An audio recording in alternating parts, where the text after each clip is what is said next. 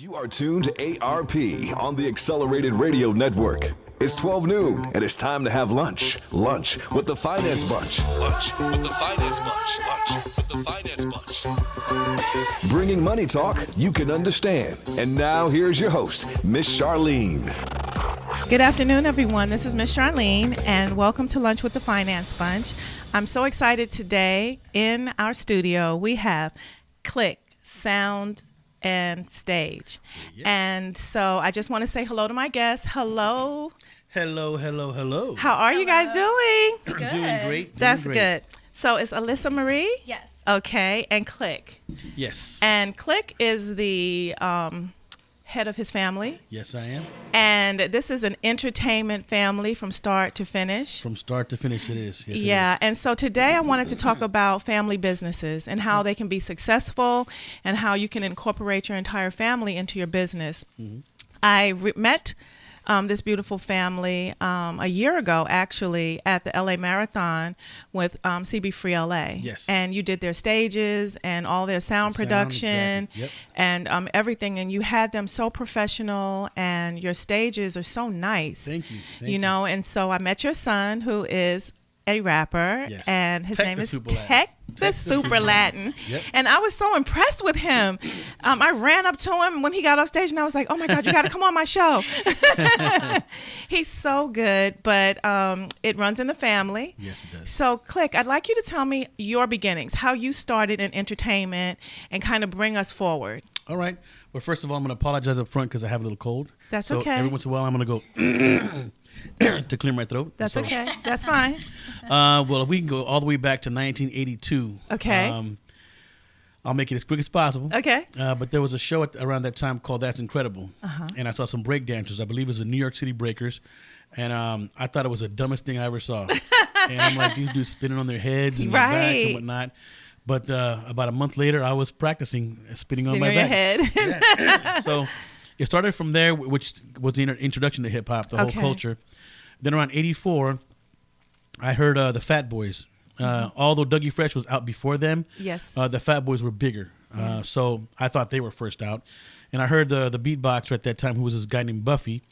So I started imitating what he did. Mm-hmm. My dad didn't like it too much because it was a bunch of noise to him. Yes. Needless to say, years down the road, I became one of the best on the West Coast. Ranked pretty high. I mean, to the point to where I was known overseas, and I traveled overseas. I only started rapping because at the time you really couldn't do a beatbox album.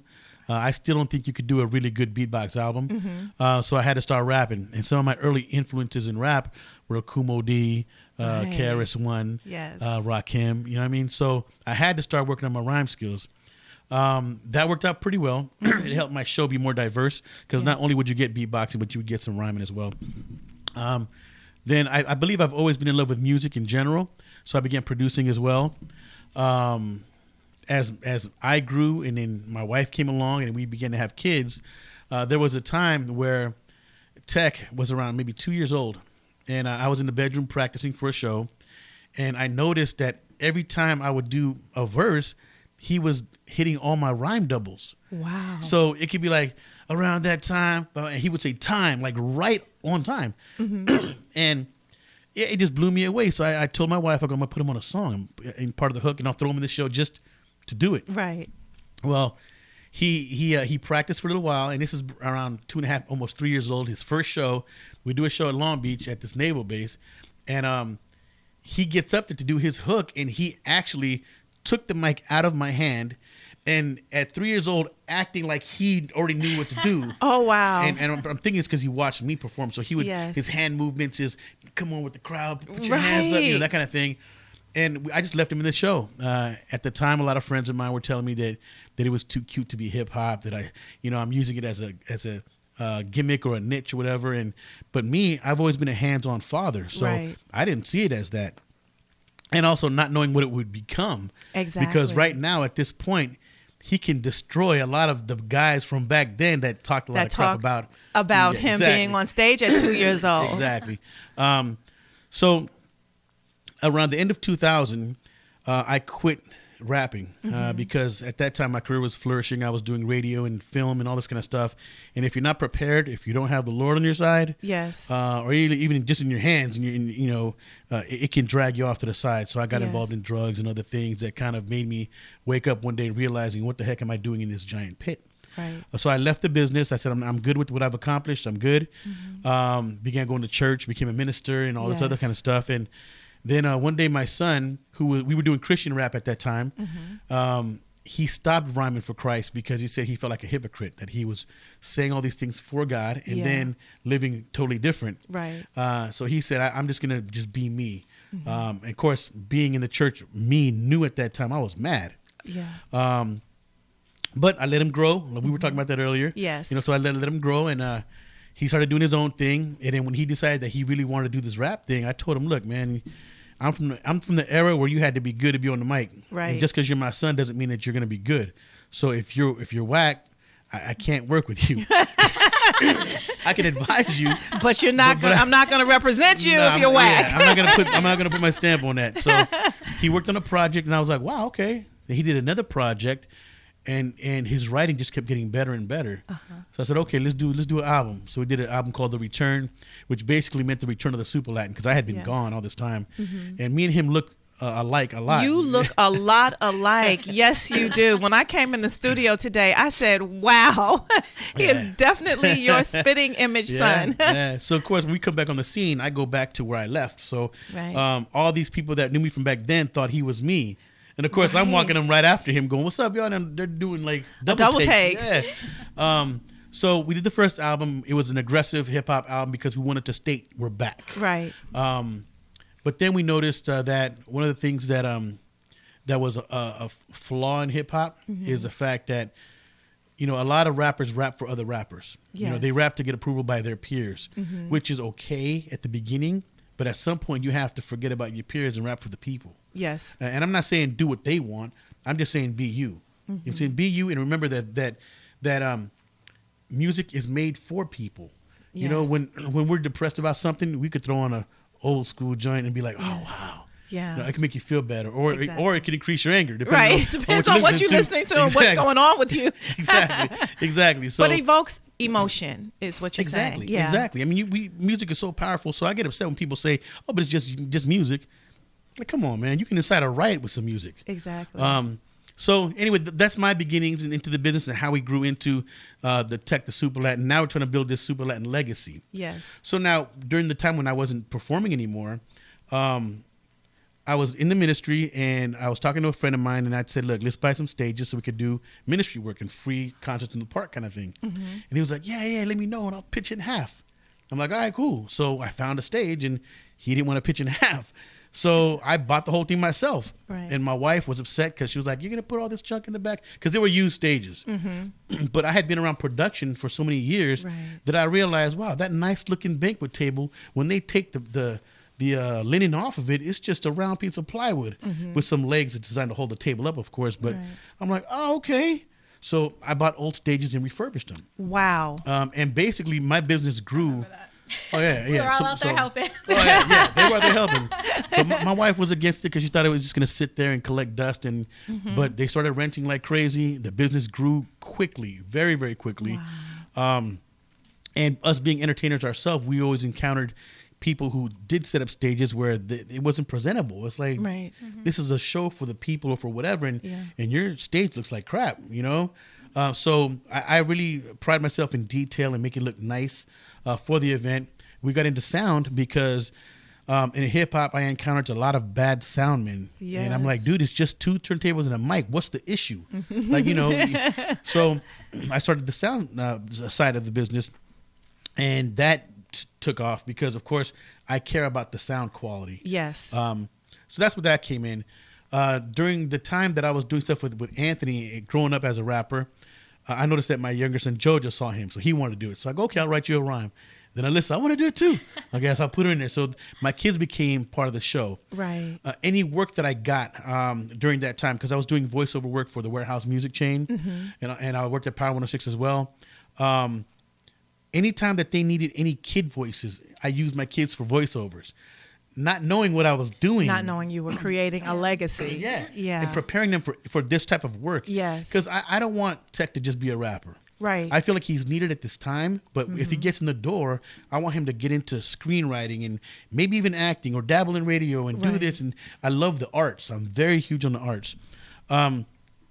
So with me, in a sense, dragging the kids with us everywhere we went, and much respect to my wife because she was there through the whole process of it all. She's like the mommy manager now, right? Yes.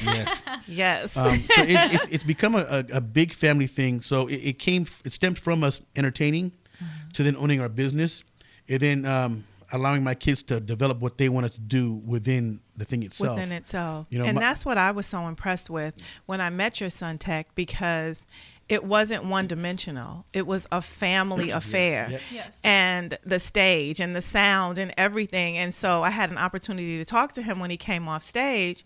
And I guess he thought I was a little nutty because I was so excited. And I was like, and I said, you guys built the stage too, right? And he said, yes. And I said, you're in charge of the sound too? And he said, yes. And I'm like, wow.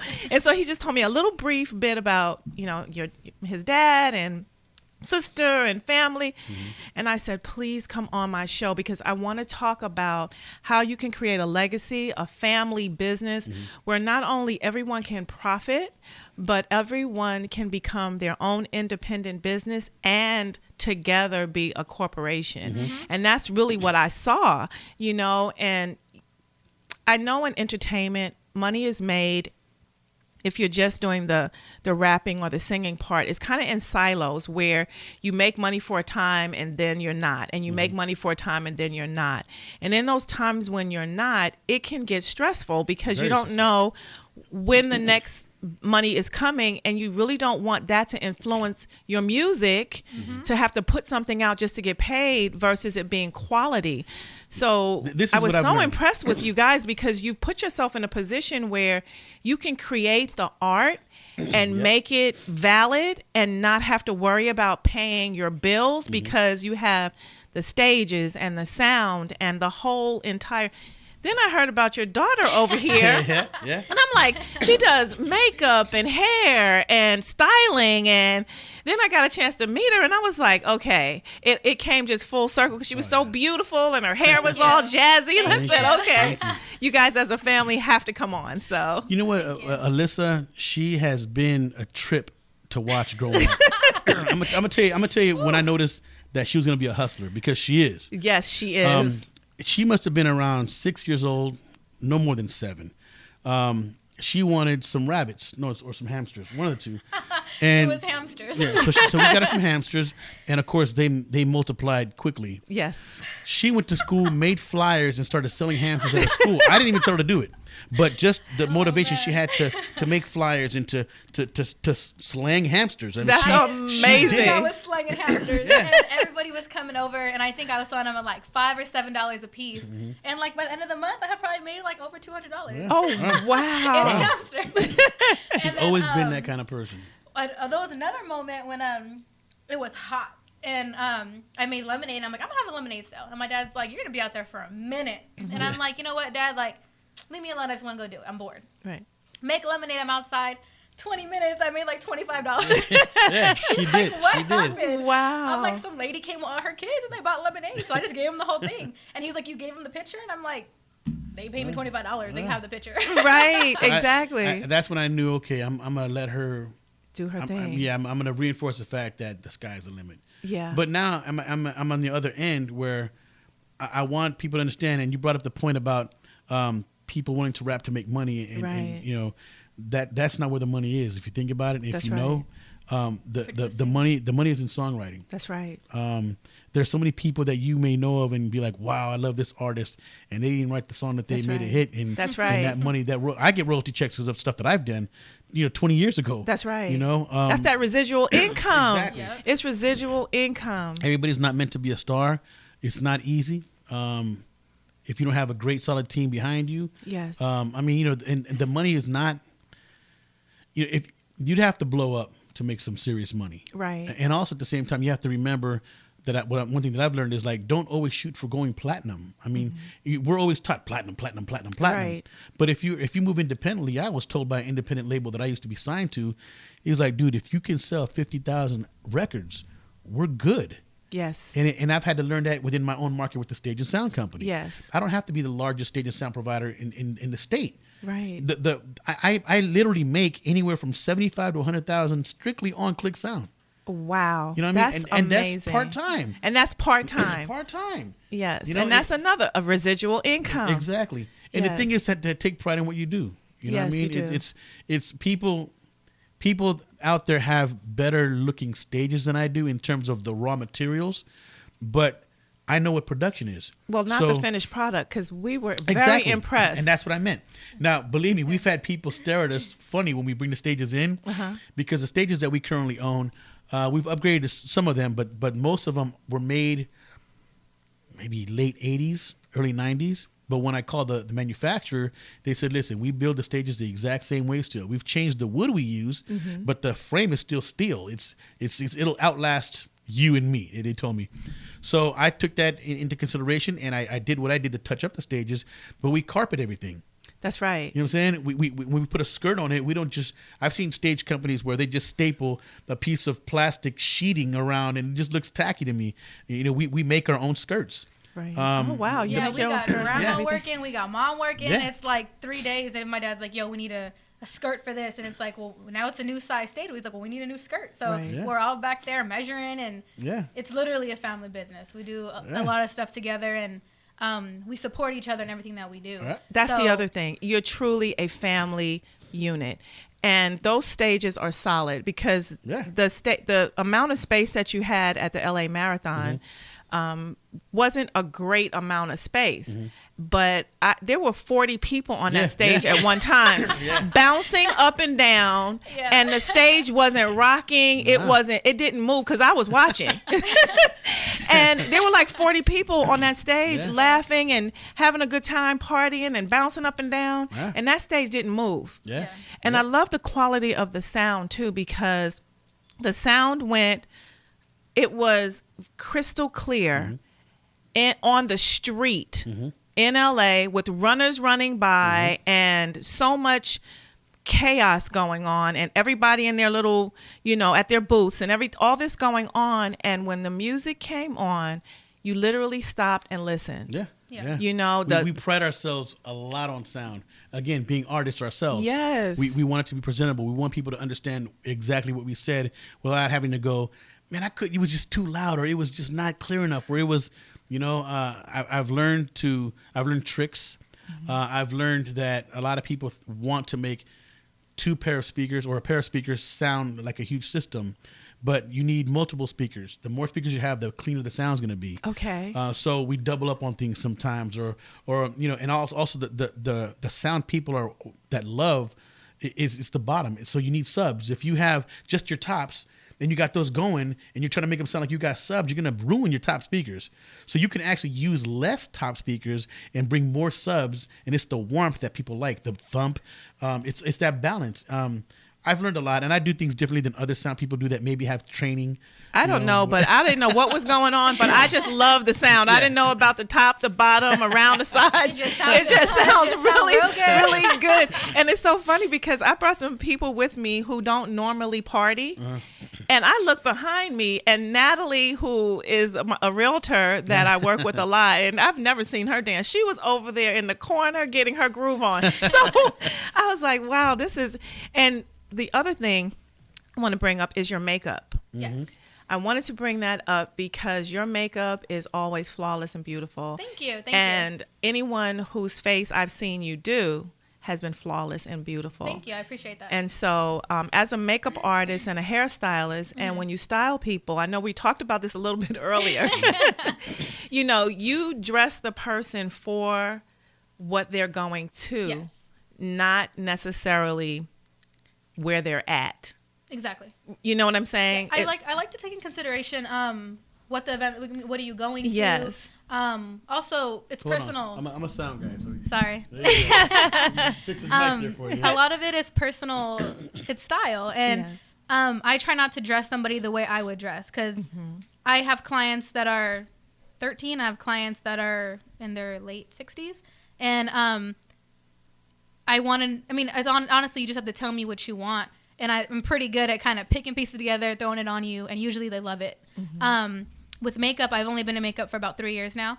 A little bit about me, I got pregnant my senior year in high school. I played basketball.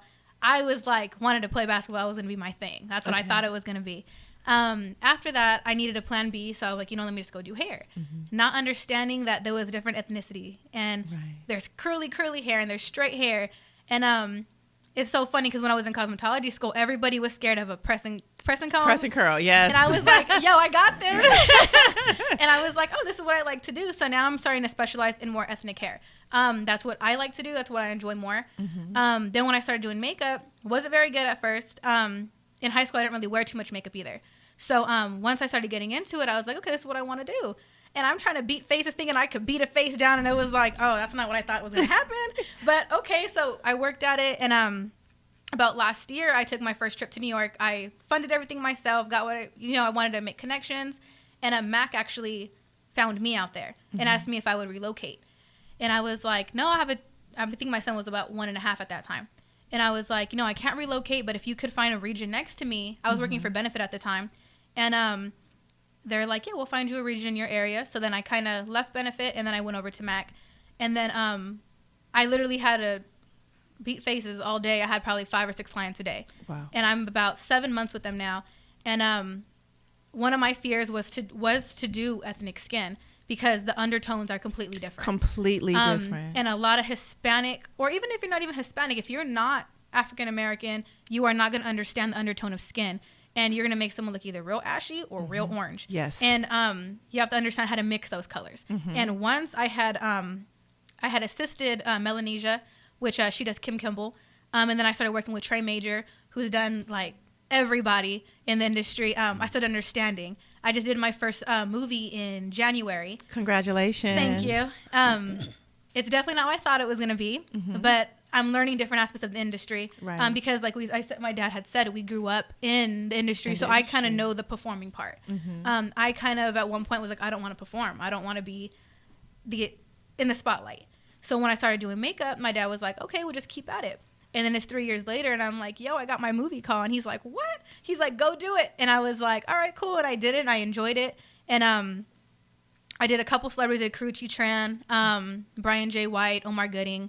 And everything was assisting because Trey was the one who originally got called for it. Right. And but I just got the experience behind it. And everybody in the film was either really, really light or really, really dark. And I was like, cool. So now it's like, now my training is on. So I had to sit there and train with them. And it was like, oh, okay. And I really enjoy what I do now. And I'm like, okay, this is what I want to do. We just had this conversation yesterday. I was like, maybe I'm just going to be a cop, Dad. And he's like, no. Here's what you're not going to do.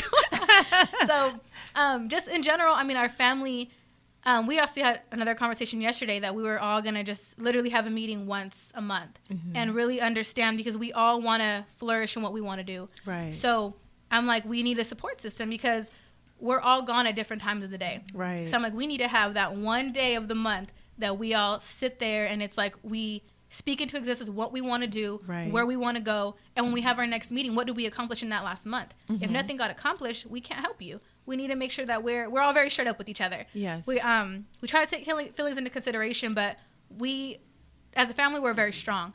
So I was telling him this is what I want to do, and he's like, okay, well, what have you done? And I'm like, oh, I would expect people to come to me. And he's like, nah, you need to get on it. He's like, you're good at what you do, but no one knows if you don't put yourself out there. That's right. So we literally worked out a little business plan yesterday. So we're all upcoming, trying to get some stuff together. I want to have an eyelash line soon.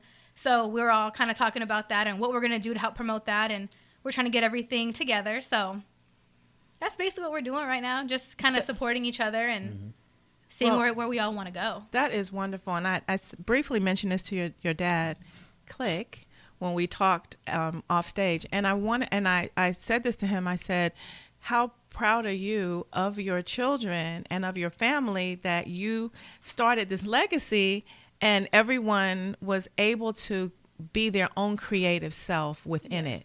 you know. And I know, like you were saying, was a little hard at first to kind of let go and let everyone grow up and be who they were created to be. Yeah. You know, but the foundation is so impressive because, like you said, you kind of lost your way for a minute, but in being lost, you found Christ. Yeah. And that became the foundation for the family.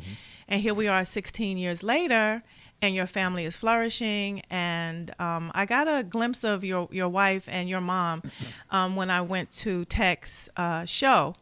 And in Long Beach, and yes, and so with CB Free LA, and they invited me to come in and check it out. And your son sent me a text, and I was like, I will definitely be there. And I got a chance to see your mother kind of in action. I didn't get a chance to meet her, but I saw her, and she's very welcoming. And you know, did you have something to eat? Come on, did you meet everybody? You know, she's just very inclusive. Yes. And so when they told me she was the momager, I was like, okay. Oh yeah, she manages everybody. If we're not in trouble, we're talking about meetings. If we're not, whatever it is, she's been doing it since my dad. Right. She helped to a certain degree manage my father. So now it's kind of all of us, and it was my dad, like you said, did a very good job of laying the foundation down. And it's funny because I was about 11 years old when you had took me to New York with you. And it was for Wake Up Your Phone for Verizon. Yeah, it was a Verizon commercial we were working on. Okay. And he took me with him. It was like a father-daughter thing. He's like, well, just come with me. And we went. Well, I try to make it a habit to where if I go out of town, one of them gets to go. Oh, that's great. They would rotate. Yes. So, I mean, my Tech's been to England with me. Alyssa's been to New York with me. Georgia's the only one who's always missed out. He's been to Vegas with me, but I try to make it a thing that they go experience outside of their front door. Yes. It's being from the neighborhoods we're from. If you don't get a chance to experience it, you feel that you can't go past that. That's right. Yeah. Which what was my point? Just when we talk about this was he opened up so many doors for us that I don't even think he knew or we knew. Right. I remember looking behind the scenes. I'm like, oh cool, there's a makeup artist. Oh cool, there's wardrobe, and I'm like, I was performing at the time with them. So to me, I was like, okay, well that's what they do. I didn't even think it was a real job. And then I didn't realize how hard people work. And it's my job that I'm in, or the industry I'm in, is I don't work unless someone's calling up my phone. So if my phone's not ringing, there's a problem. That's right. Because it's like, okay, I got a bill due on the 16th, and it's the 13th. I got 3 days to make someone call me. I got to post something. It's especially right now in the time that we're in is social media. And we had a conversation. My dad's like, I don't like social media. I'm like, I hear you. You're a little old school, which is cool. But we got the young one here that understands social media. Right. So I was like, okay, we got to make sure we all have the same hashtags. And he's like, okay. And we kind of spoke about it. Never really happened. I'm like, look, Dad, we got to make sure we all have the same type of hashtag so we're all linked. Right. Because when people see us, we're all together. Right. If they're hashtagging something and we're not all together, they're missing out on something. Yeah. If they're missing out on hair and makeup, then they're also going to miss out on standing stage. Right. They're not going to see that Anthony's a performer. They're not going to see that we're all behind the scenes doing something. Right. So once I kind of got it together, now everybody's hashtagging, everybody's adding everybody. So I think it's good to have a little bit of old, a little bit of the new. That's right. Everybody has their input. Everybody in my family is very outspoken. Yeah. So everyone has a very A+ strong personality. So except JoJo. Except I was going to say, JoJo's kind of quiet. He could get in there sometimes, but usually he's just like, okay, all right. He's an easy one. Everyone else kind of has their, we need to do this, we need to do that. Mom comes in and mom's like, nah, I don't agree with that. And we're like, all right. So that's okay. Plan B, what are we going to do now? So we all kind of, when we're at the dinner table brainstorming, I don't know what happens, but it's like everybody's ideas get onto one sheet of paper and it's like magic starts happening. Right. And we're like, oh, that's a good idea. All right, cool. Let's not do that, or this is going to be a better place for that. And it's a pretty interesting thing when we all kind of get you know, I think that the challenging aspect is that we dream big. That's not a challenge. No, it is, because this is the thing. If you don't come from that, because look, my father was an immigrant from Peru. He came to the U.S. and became a jockey. He was a jockey in Peru, but he was semi-successful here. He made good money, but it's a dangerous sport. He got hurt. He had to leave his profession to become a janitor and start from the bottom all over again. Yeah.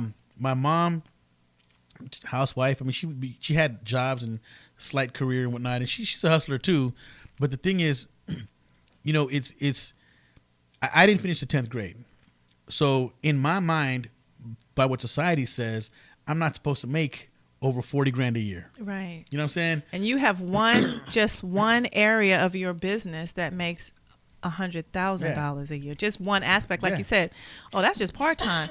That's that residual income that I'm talking about. And I have to continually battle my own self and tell myself, you know, when I doubt myself, I have to be able to go, hold on, stop a second. You know, you can do this. Yes. I don't care what school he went to. Why are they calling your company? Right. Why are these? We did the Santa Clarita Jazz Festival about 2.5 years ago, and like every person on that stage was a headliner. It was all jazz, but it was a $16,000 gig, and I'm sitting there going like, I'm in the middle of this deal. Like, wow, Right. okay. We just did the 805 Funk Fest last year. It was Climax, Zap, and the SOS Band.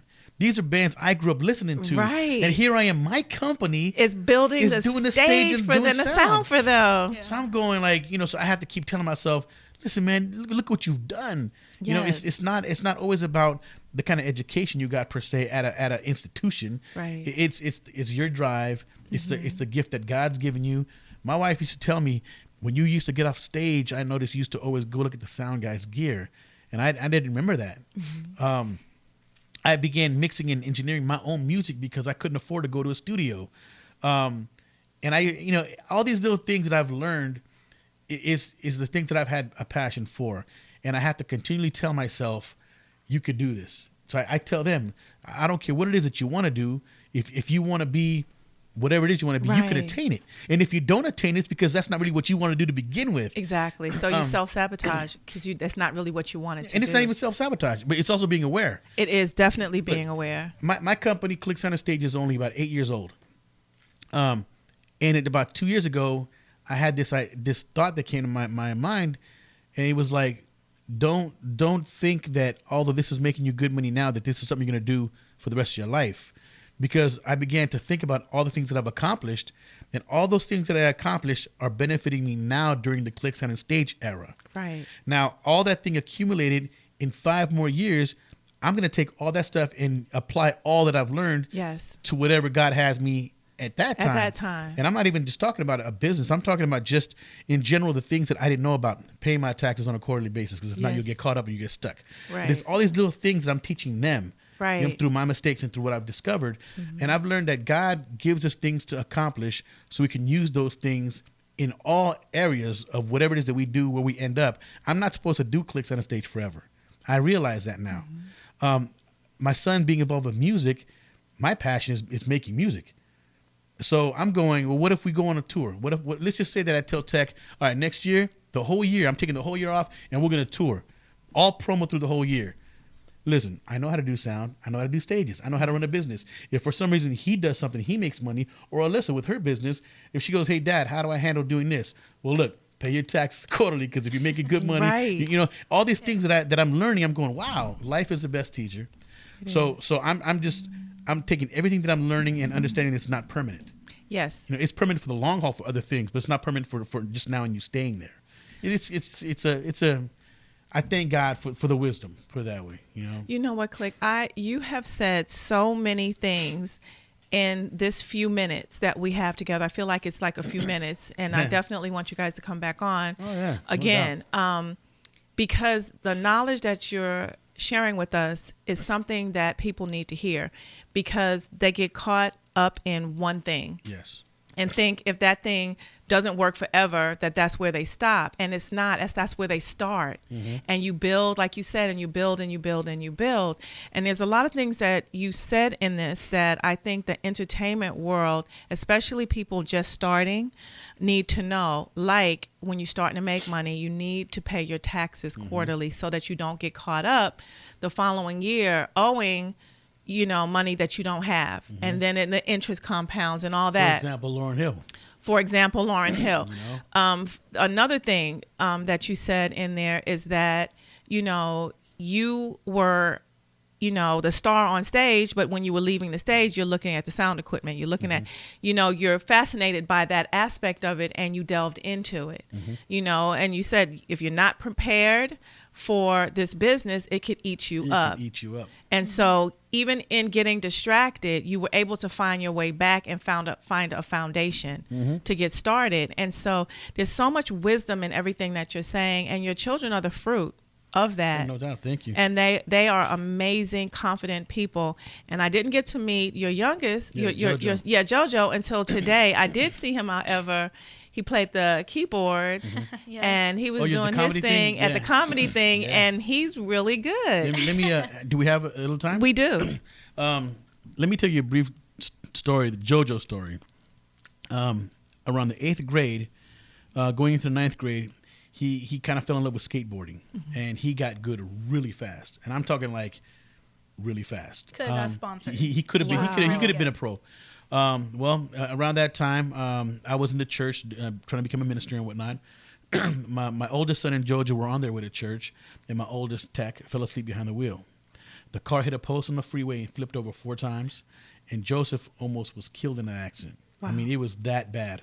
The doctors kept trying to reassure me that they were going to try to save him, but at that time, I was so deep in my faith that I knew that it wasn't even about what they said. It was about what God said. That's right. So, needless to say, Joseph was in the hospital for 4 months, I believe.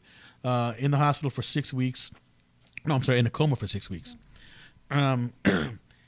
His pelvis was broken in 3 places, severe head trauma. His eye, the orbit around his eye was broken in 3 places. Lungs collapsed twice. I mean, it was bad. It was bad. But he came out of the hospital before his time. He walked out of the hospital. Now, it was a lot of work because he still had to relearn stuff because he had a minor stroke and whatnot. So he had to relearn how to talk better and hand-eye coordination. He had to start all over again. I mean, it was very challenging. Since it happened at that crucial age, we didn't know what Joseph wanted to be. We just knew he loved skating. He was getting good, and then it stopped. Right. To this day, it's been about 8 years now, and it's been 8 years. Mm-hmm. And he's still trying to find what he wants to do. And I keep telling him, listen, man, you've always been a clown, like always been a clown. So let's figure out what you have, because I believe that the thing that you do effortlessly is the gift that God gave you. I believe that too. So with Joseph, he loves, he's never been into music as far as like making music. He's always been into sports or skateboarding or whatever. So when he kind of came back and started healing, he went to school because he loved to draw, but he kind of fell out of love of that. And one day, and I want to say about a year ago, he said, I want to learn how to play the keyboard. So I got him a couple lessons. He almost gave up because he's like, I don't get it. I don't get it. But Joseph's the kind of person that he's very hardworking. He's persistent. Yes. He may say, I'll forget it, but he's not going to forget it. No, he's just going to go quiet about it and do it. So he taught himself how to play the keyboard. Wow. He knows about 15 to 18 songs. I'm not sure what the amount is now, but I let him go. I just let him learn. He began to sing those songs that he learned how to play, and I would encourage him to learn. But dude, listen, if you want to become a singer, I'm not telling you can't. Mm-hmm. I'm just saying. Now keep in mind, he didn't raise singers, so none of us can sing. So he can hold a little bit of a note, but we're all like, all right, bro, we need to work on this. We got you in the studio because we're rappers, right?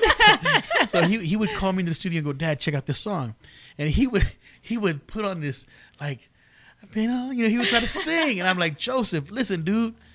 That's good. You learn the song, but let's build something. Because he would go like, I want to perform. I want to do this. I want to open up for Anthony. I go, but you have to have something. It just can't be just because you're my son. So we worked on that set that you saw, and I was still juggling, going, man, is it gonna work? Is it, and it took a while because of the head trauma that he had. Mm-hmm. His short-term memory is kind of shaky at times. Mm-hmm. I could tell him today, we have a stage set up tomorrow. It's a 16 by 12 stage. We got to be up at 6. He'll wake up tomorrow, go, hey, where do we got to do sound at again? Yeah. I'm like, dude, it's a stage. Right. It's a running joke around the house with JoJo. Mm-hmm. So I'm going, is he going to remember his lines? Is he going to remember the pauses? Because with comedy, it's all about timing. It's all about timing. So that was his very first show. And for his very first ever on stage. Really? Yeah, well. he Really did well. very He well. did really. I would have never Yeah. thought that was his very first show. He did really Yeah. well. We were cracking up laughing Yeah, over there. yeah.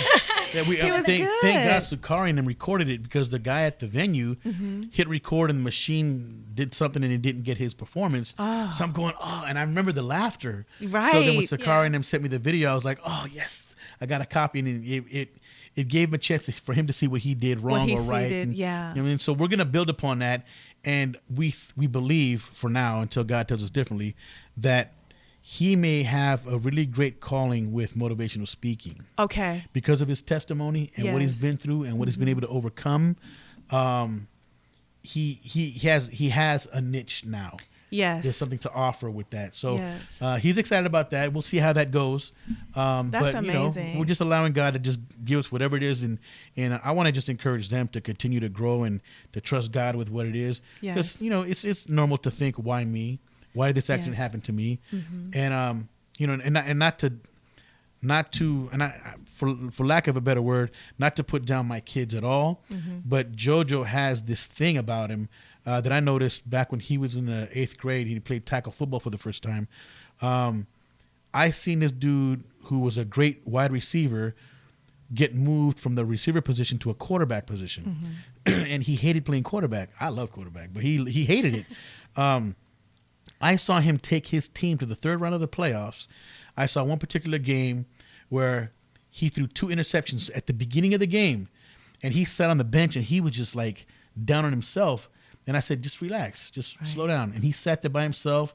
He went back in there, and I don't know what came over him, but he started hitting these passes. And I just seen how he works very, very, Very hard. hard. And you can tell him if you want, you ain't never going to be this or you ain't never going to be that. He's not gonna believe you. He just something about him. He's a fighter. Yeah. Yeah. So I believe that if the accident would have happened to Alyssa, I'm not sure how her insides would have took over or Right. Tech. I don't know how his thing would have, but I know my son JoJo, Right. and he's just the kind of person that you just can't tell him you ain't gonna make it. Right. You know what I'm saying? And I'm not taking anything away from God sparing his life. Right. I'm just saying I know my son. Like when you look at King David, That's in his right. early on, being Yes. a sheep herder, like that's how I see JoJo. There's just something inside of him that makes him tick a particular way, and that's encouraging to watch. I mean, it was also the way she reacted and Anthony Alyssa. reacted when Alyssa, I'm sorry. But I forget we're not on TV. But the way Alyssa reacted and the way that Tech reacted when he came out of his coma, I remember 2 years afterwards, Tech was telling me that it was incredible to watch my faith during that time. Okay. Yes. Because we grew up, of course, we're ministers' kids. Right. So I remember he was like, everything's going to be okay. And I'm like, yo, this don't look right. I don't think it's going to be all okay. Mm-hmm. And he was so positive through the process. And my mom and my dad are so strong as a couple. I'm like, I don't know how y'all got through that, because I know me mentally, I was torn. I was like, okay, my brother's not going to make it already. Mm-hmm. That's how I was. I was, 12, 13 at the time? So my faith wasn't as strong. Right. And I haven't been through enough stuff to even feel like, oh, it's going to be all right. Right. So I remember Anthony was probably, 18 at the time. And I remember I get home, I see Anthony, and I'm like, yo, this ain't looking good. And he's like, we didn't even talk about it because it Right. was just a bad situation. And through the time, my dad, the whole time, it's all going to be okay. Don't worry about it. God got you. God got it. It's not going to be, it's Amazing the faith. whole Yes. time. I've never seen anybody this strong believe in something. And at that point, when you're in a situation like that, you don't know what to believe at this point. Now it's like, you did that to my brother. Yeah. So it was hard to watch, but then throughout the process, it's like, oh, he just woke up. Okay, now he's talking. Oh, now he's trying to walk. Oh, now he's eating. Oh, okay. Like, for Like, us, he's coming home. Yeah, Yeah. he's coming You home. know? And it's like, There's wow. aspects. Definitely made us stronger as a family. We were already strong as a unit, Mm-hmm. but after that, and it's like we all had we had a support system throughout the whole way. And just to see my dad just like effortlessly I'm sure he had his daddy moment. He was, Right. of course, like a regular human, but I remember I just watched him and he was like, everything's going to be okay. And I look at every situation and go, look, there's a reason for this. You know what I mean? Did they have to see this? Why wasn't Right. it, him and maybe her, the one that got hurt, did. Maybe they needed to see something. I Right. don't know what it is. Yes. And I can't pinpoint. I'm just saying that's how my mind works. Right. My mind is like, you know what? There's a reason why it was JoJo, and I'll just leave it at that. I remember telling the Lord, I remember telling God that if the doctors came out and told me that he was gone, that unless God put it in my heart that he had him, I wasn't going to believe what the doctor said. Yes. So there's a bunch of things that came out of it. Yeah. So us as a family, I mean, those things also make us stronger. Exactly. Click, you have an amazing family. You've created such a legacy with your family of faith, residual income, a family business that's strong. You've allowed your kids to just flourish and become who they are and see that spark and reinforce it. Like you said with Alyssa, you didn't really get what she was doing. Like, I don't know about that outfit, because, we're kind of old school, right? But you allow, you let go and let her grow into this successful woman that she is. And it's knowing your strong points. I know. I've never been into fashion. So Right. who might have said, I can say what I Definitely think, not. but, So Sometimes I'm like, Dad, you got to change that shirt. Like, I can't even claim you looking like that. We got to get you a new shirt. What's funny, we actually went shopping. I got him some shoes the other day, and he was like, I don't like them. I'm like, well, you're going to wear them. Because you don't even got no shoes in your closet. You're wearing these Nike Roshis, and that's it. And he's like, okay. All right. Now, if someone wants to or needs a soundstage, because one of the owners here is even talking to you about some things that are going to go on with Accelerated Radio. Yeah.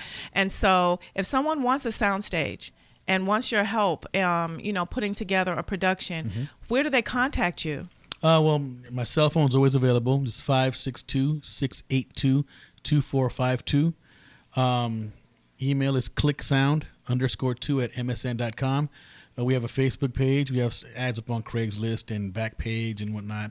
So if you just Google Click Sound and Stage, all the info will come up. Yeah. Just Google Click Sound and Stage, and all of the information will come up. Yep. And you get an opportunity to, talk to him about helping you put your production together.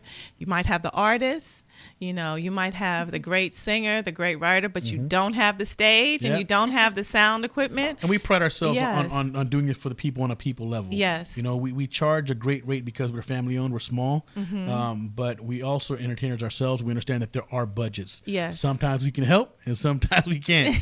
But for the most part, we try to do our best. Yes. Yeah, and that's actually with both businesses.